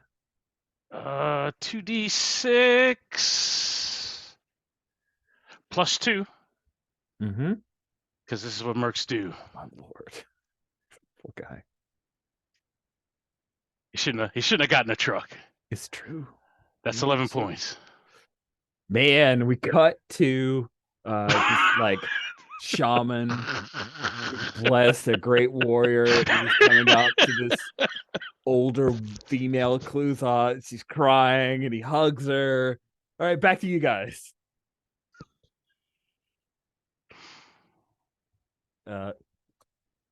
Yeah, Phaeton, you waited for a few minutes. That Cluthot didn't come after you. And then by the time you make it back down, you come in to see the Cluthot get shot by Barrage. I mean, I feel like I'm staying on the roof because I don't need to be in an enclosed space with these guys anymore. Like if I got that cover fire, I think I can infer what happened, right? Like there's blaster bolts flying. There's probably, I don't know, did he even have time to scream? Like no, I don't think he had. Because it was the first shot, right? It was one of those. Yeah, it was the first shot. Yeah, he's hammering away, and then he looks up just to see you, and maybe there's like a ting, little lens flare, kind of reddish lens flare, and then blah, he just blows his brains out, and the Cluthot's down. I think now that we're in the poodoo, I'm staying on the roof. That seems smart. Yeah, he's staying. So I'm gonna point something out. We got a bunch of money. Let's do a flashback. I think we got some gear. One of the things that's in the gear list is a trauma pack. 100%. I don't know what that does, but you could fiddle at your waist belt if you wanted and see if you could pull out that trauma pack. Yeah, I forgot part of the point of getting paid ahead of time was you were going to buy stuff, and we kind of glossed over. Yeah, we did. Because you are people I Yeah. adore, you skipped over the shopping session. You will not be punished for this at all. So trauma kit. It's like, oh, there's such loving descriptions of the weapons, and then we go to equipment. Okay. Okay, combat medics use help save life. Oh, that's crazy. It just says basically it's a thing for med kit. Let's say you got a med kit instead. It restores 1d6 plus 1 hit points. Okay. That's what we're looking for. That's what we wanted. All right. Oh, 7, baby. Wow. Good med kit. Finally Best a roll med that's kit. helping me out. I didn't even lose that med kit. No, you're Nice. as good as can be. I guess it's a back to spray. Maybe like back to spray around your neck and ear and stuff, and the back to magically heals you. And you guys continue on for a bit. Awesome. Looking at time, we got less than half an hour. And I think I'm going to pick one of the encounters because it seems appropriate.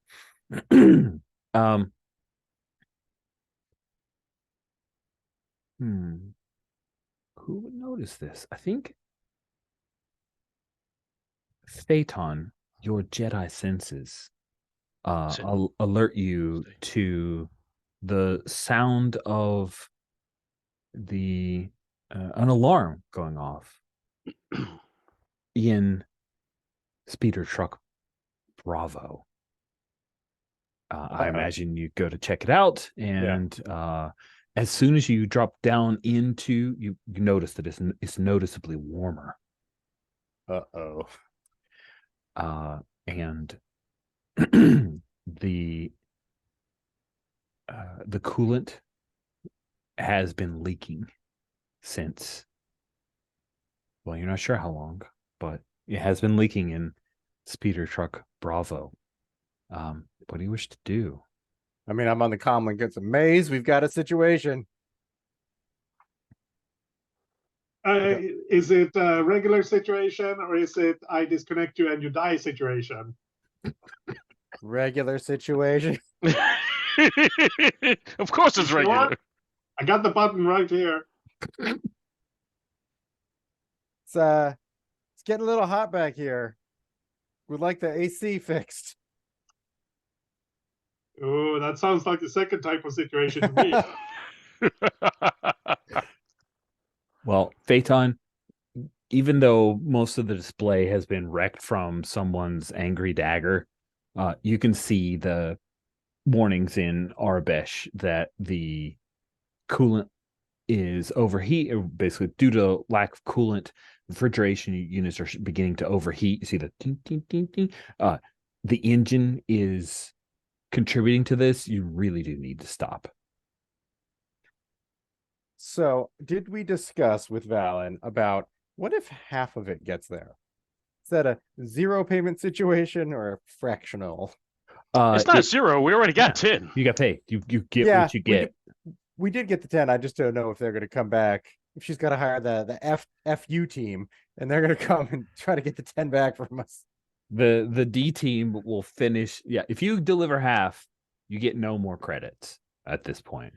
That seems stinky since she failed at keeping the truck from getting sabotaged. I know. Seems stinky. I mean, in that case, I'm thinking I got no hope to fix this. Maze, you really don't know how much of a hope they've got at this, and they are driving both of the trucks at this point. Ada and Crow are in the sky. Like, unless this can be fixed by shooting, I'm not going to ask Barrage. So I think it's like, if there's a stop truck from moving button, I'm going to hit that and use my acrobatics to flip nimbly to Alpha truck. Wow. Okay. Well, if you're going to flip nimbly, I'm thinking we got to release Bravo truck, and we can keep moving, and you can flip nimbly. Yeah, that's what I'm going for. It's like, All right, cool. Not even Awesome. a die roll. You abandon, if that's your decision, you want to abandon speeder truck Bravo, you abandon speeder truck Bravo. That's fine. I mean, Okay. 6,000 creds is nice, but So- this does not seem like a thing we can do. I have a question. Mhm. Since I have a spy drone, would it be possible for me to try to jury rig Yes. Bravo after Phaeton leaves Sure. through the spy drone? You could try that. Okay.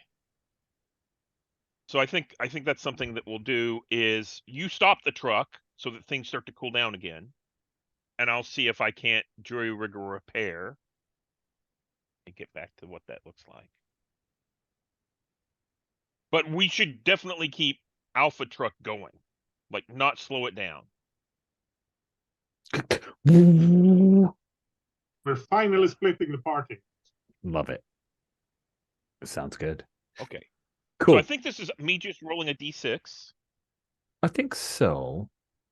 Just doing your and I jury think rig. it's a success on a 1 or a 2, which is a 33% chance rather than,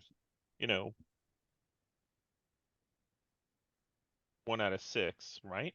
Right. Let me roll that. Got a 5. Okay.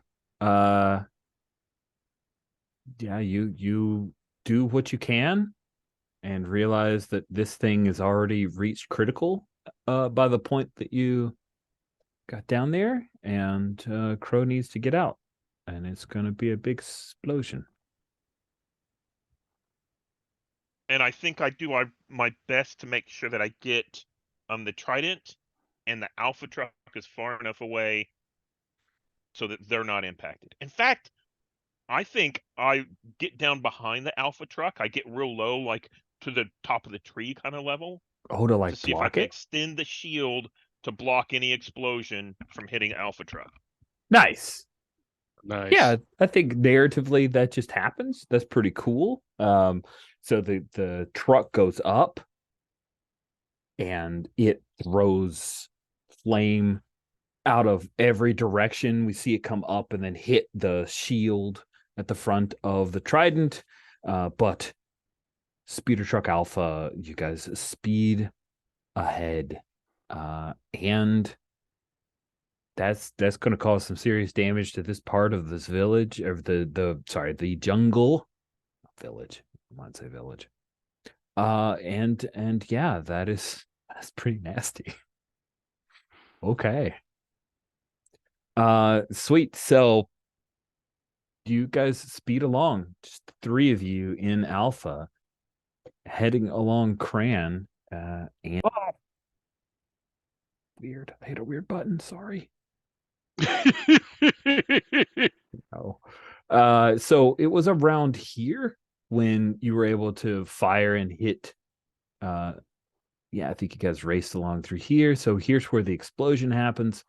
And at this nearly last stretch, you can actually get indicators on the HUD maze that you're very near the Tajay camp. You see standing in the middle of the road, like all abreast, are through the mists. See a number of Cluzots are standing, daring you. They want you to stop. They dare you to. They stare accusingly at you.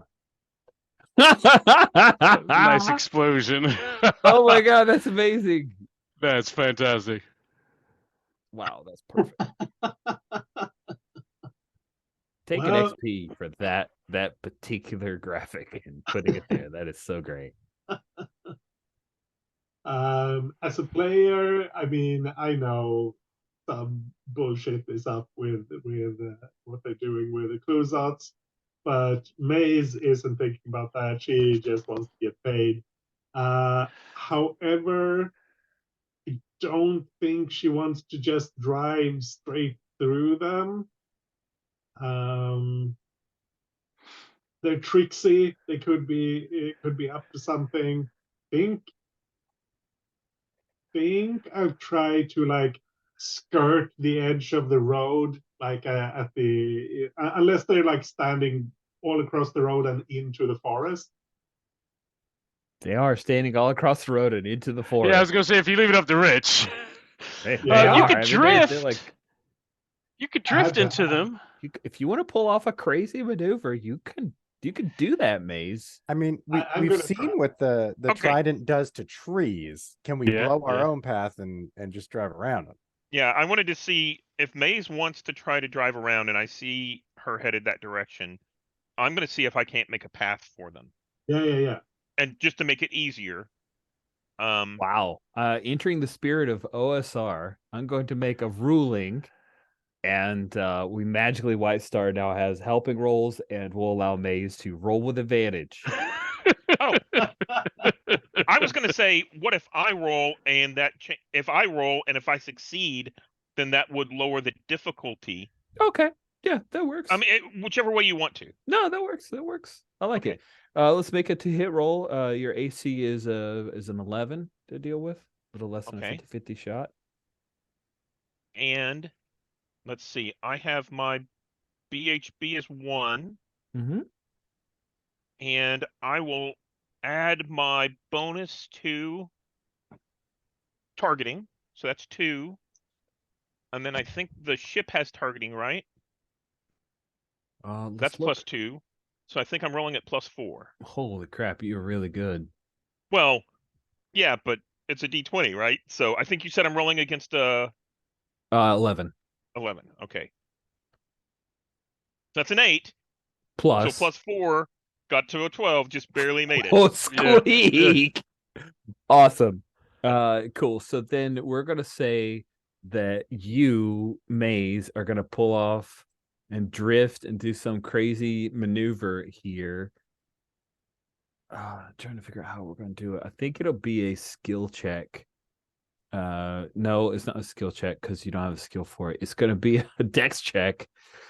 Oh man, these games are so limiting. Sorry. How did we play then, friends? How do we do this? Okay. Awesome.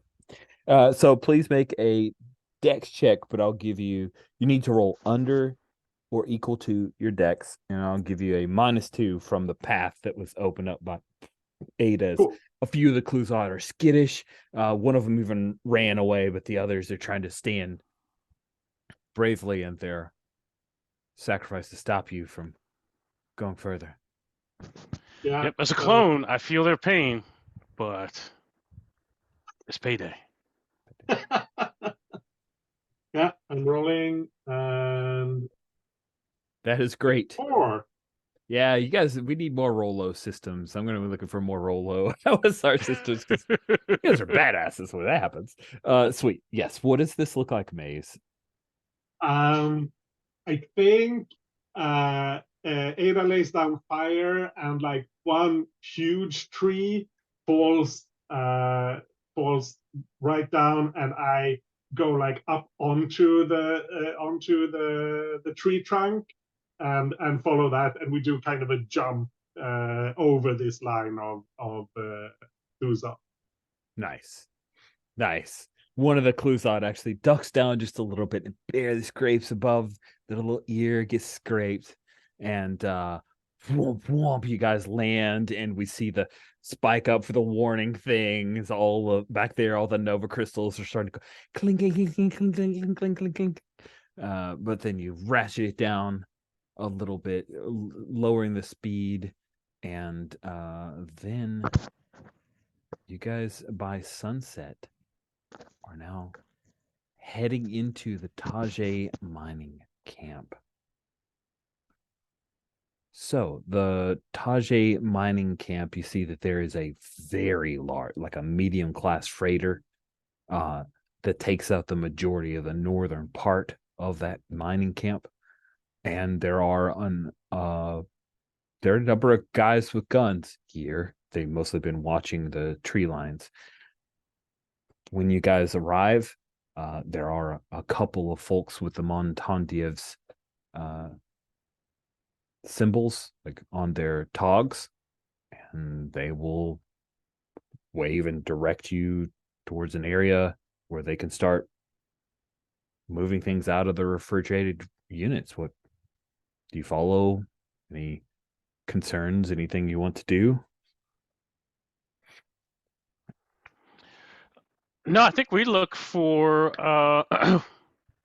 whoever we're supposed to turn these over to, and then who's I'm like is I forget her name already. Vanel? Yeah, is she here? I think it'd be cool to like close it off with her being there. So yes, she does arrive. She took a speeder bike and she got there before you guys. So she arrives, checks it out. I have to be honest, I'm very disappointed. Only one. The other one was That's sabotaged. a lot more than A team and B team got. Yeah, so. yeah. That's right. 50% more. I asked her, you said a lot of stuff back at the bar. The only thing that really mattered then was the job and the money. And we're probably cutting out anyway. You should probably do a better job with the natives. I think you're screwing them over.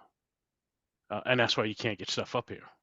You don't have to tell me what the politics are. I don't care. But it's obvious you're screwing them over. And that's why you only got one truck. Received the report from Orbital that the other truck exploded. It's disappointing. It's months worth of work. But this will be enough for the mining camp to keep going for a time. You can keep your half of the payment. Well, thank you. That's very generous. Both know it's not generous. Don't expect any more.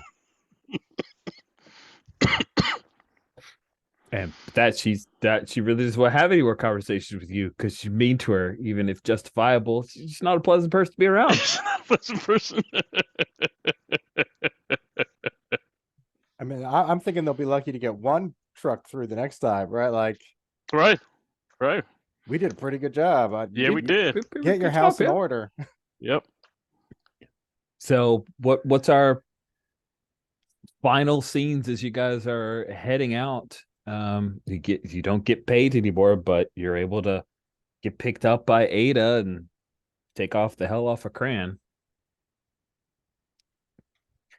I feel like I don't want to outright say my idea. Like, I don't know how much they saw from their orbital cams or whatever about what I'm doing, but like when I jump down from Alpha Truck, like it's a little unnatural because I still got the acrobatics going on. And like as Trident's landing and the landing ramp's opening, I don't wait for it to hit the ground. I leap up, do a somersault into it just so like Vanels gets a little bit of like, who were those masked men? Like, Yeah, yeah. Maze. Oh shit, that wouldn't even be possible. Sorry, I had a thing, but it's not possible because that was on Bravo. So yeah. Phaeton, you definitely impress her with that supernatural leap and Nice. She's like, I was right. Mhm. and a little bit of like, if we could only get one truck through, you got to Cool. rethink what's going on here. And Barrage on your comm link is a listing of the gang that Nice. attacked the warehouse. Nice. That was gonna be killed part of Jet. my last thing. Yeah, I was gonna tell her by the time I get to my ship. You need She to took tell- care of her into the barn, and the Nice. whole reason she got you to come. Nice. And that's all. Just I'm not expecting Rich to do anything with any of that as we play. So that's all fictional color stuff. I like having it in the background. You don't have to do anything with it. Yeah. She also makes sure that you're aware that what Jet was going to pick up is Lexanite, and she attaches a little subfile about it is a death sentence in the most expedient method possible. Is it profitable? It's incredible. Anything that dangerous is incredibly profitable, of course. Is it still around? It exploded. Okay. That's probably for the better. But it is mined on that planet. She's not telling you that, but Barrage was, Nice. of course, researching to like, oh, yeah, they were going to ship it off this planet. Yeah. Gotcha. Everything explodes the OSR is just like an action. Actually, Lexanite, it doesn't explode, but when several thermal detonators are set off Right. around it, it then is part of the explosion. So That's fair. okay, I don't have XP to give out, so let's just end our last few minutes with a little bit of stars and wishes. I'd like to do an epilogue. Oh, you got Or an just epilogue? a little piece. Yeah. Just a little piece, which I think is what this is Ada. As soon as the Trident takes off, Ada starts making transmissions and sells some of the recordings that we have from the ship about the natives standing in line trying to block the way and the explosions and the vicious attacks that went on. I make sure that none of us are in there, nothing identifiable, but I sell it to like the equivalent of like Greenpeace or something like that, so that Nice. pressure is applied not just from get your house in order, but the New Republic will apply pressure saying you're not doing the natives right. Love it. That's awesome. Nice work. I just want to be in the background of that scene watching you and just be like nodding approvingly. It's a nice job.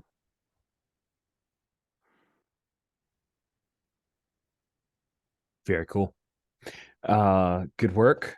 Excellent. I don't have to assign XP, so let's do wishes so we can end with stars. Wishes. I'll start with wishes. I wish that there were for this game specifically. I wish there was more than fighting. Right? Once we got to fighting, the system kind of sang, and we could roll back and forth and do a lot of things. But with like skill tests, they were punishing, and doing anything outside of fighting seemed like a struggle for us to get it to fit into, okay, let's just make a charisma check here or something like that. And maybe that was intentional, but it seemed like a struggle to do any of that. That's fair. You will find that Explorers has areas of expertise and a little bit more robust skill system. So hopefully that will answer some of that wish. I think that's part of what I was thinking was I made intelligence my highest stat. I got the bonus that I'm like, I'm not sure where I would be using this or for what. So I mean, also my second one was I'm strong, so let's go fight somebody. So I had that to fall back on. Like I did a great job not getting stabbed to death. It was very Good fighter. close, but very close. Yeah, but I think to echo a bit of Steven's, like wanted to do a bit more things. Mm-hmm. No, I'm in the same boat with my wish. I had high hopes for White Star. I bought White Star before this ever came together. Reading through it in my head, it played out exactly but I was hoping it would be different on the table. I always want to get a game on the table and see what it does rather than theorize about what it does. And you're right, the skill system versus the stats is punishing. And Well, that's the thing. Like, there is no roll with the stats. I made that ruling because I'm like, I want to walk away from this game. Yeah, if you have a so that's skill, rough, yeah. that's the only way you can do it, and you got a Yeah, 1 in yeah. 6 or 2 in 6 chance. It's Yeah. Do the skills go higher ever, or is it too? Yeah, you can raise your Okay. skills over levels. You can't raise your stats? I didn't see where you could raise Okay, stats. so I am wondering if that's like the thing. Like skills suck in the beginning, but they will get better. Whereas like if you don't have a skill, you're always tied to whatever your stat is. Yeah, that's true. That's fair. See, there is no roll with your stat in White Star. It's just you Like got a skill or you don't have a skill. So you couldn't do things you don't have a skill in? Yeah. What are the stats for? Right. When I read through it, that's where my head was, right? And I'm like, I got to see it on the table now. I'm missing something. Those stats existed in D&D. Yeah. That's what they're for. There is a slight thing the stats do, which is a bonus if you get high enough. So a That's 15 true. or higher will Yeah, give you a XP, bonus. to XP hit, bonus. Like plus. Yeah. Oh, is it an XP bonus? There's an XP bonus based off class. So, for example, Maze as the Cypher gets an XP bonus if your intelligence is a certain amount. So to turn my wish into a positive, I would have wished to have seen more of the classes because the classes are interesting to me. That would have been nice to see or have time to see more. I could almost take those. Like, this is, of course, what Rich would say. I'd like to take the classes and some of the flavor and like plop it into a different system because I think that some of the class abilities are super interesting and right. Yeah. Trim it down to like 3 to 4 stats so that they all have some kind of meaning. Maybe strip out the skill system and make it stat based and then roll forward with that, and it'd probably be just fine. Probably. Anyway, we haven't heard from Andesh. Do you have any wishes? I'm not sure I have a wish straight up. I mean, this is pretty much what I expect from an OSR system. It's like kind of had something, and maybe this is me having low expectations, but not that the game wasn't fun, but there's a skill system that's kind of there, and used at low levels, you are super incompetent except in combat for some reason, where you're at least kind of decent. It's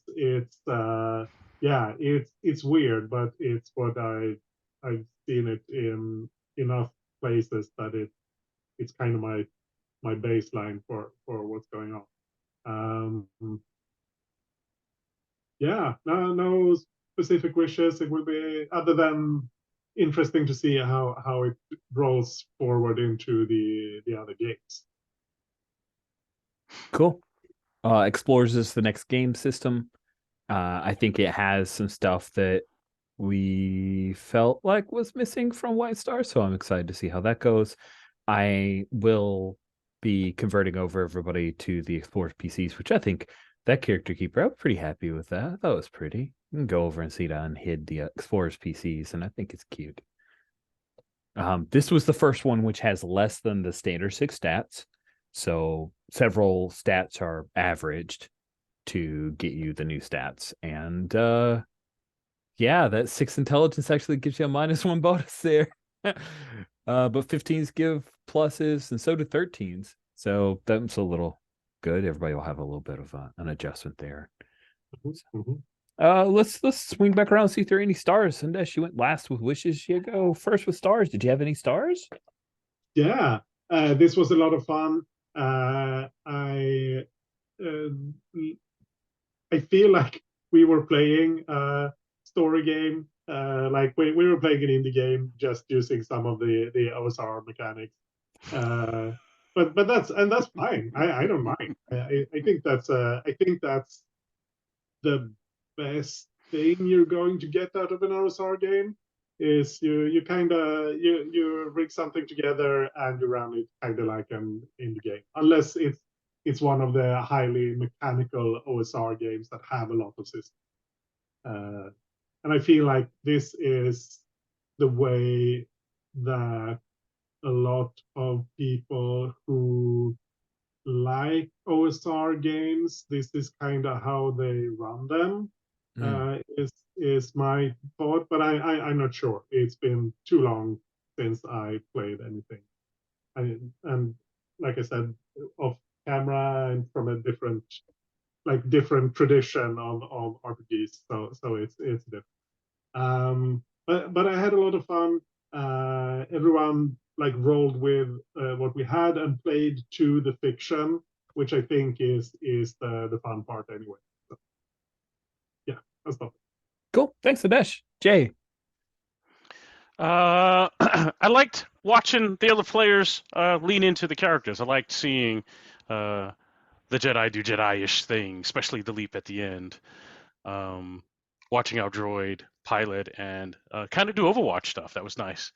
And May's drive and then that at the end, that awareness that there's something else going on here with the natives, and I want to be concerned about that, but it's a one shot, and we've got these other concerns, and so, but still giving a nod toward understanding that there's something else happening here.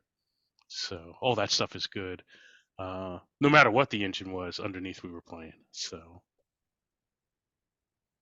Thank you, Matt. Jay. Keith. I guess my star might conflict with Anesh. I'm not sure. I'm curious because you're saying it wasn't super OSR, which I guess is a continuum. But like for me, I felt like we embraced it to a greater extent than normal. Like, here are the pieces you have to play with.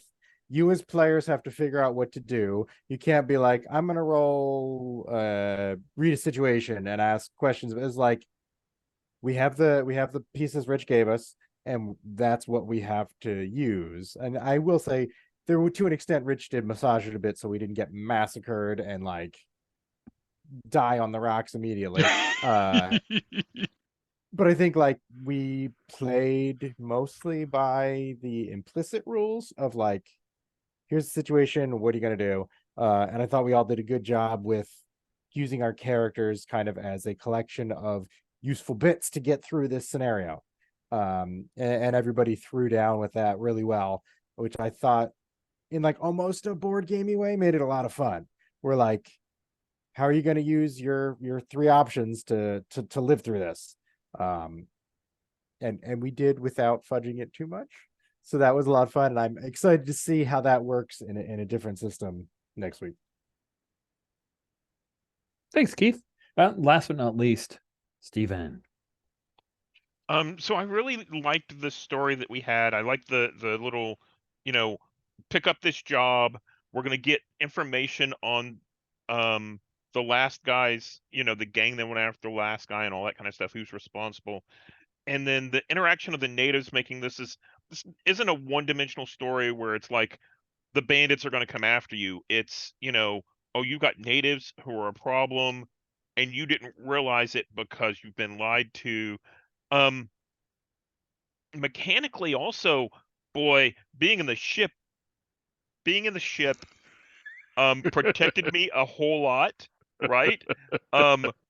And I could just lay down fire, and that might be dangerous whenever we get in ship combat, because other ships aren't going to be like that. They're not going to be forgiving. They're going to just blow me out of the air. But yeah, that was really nice.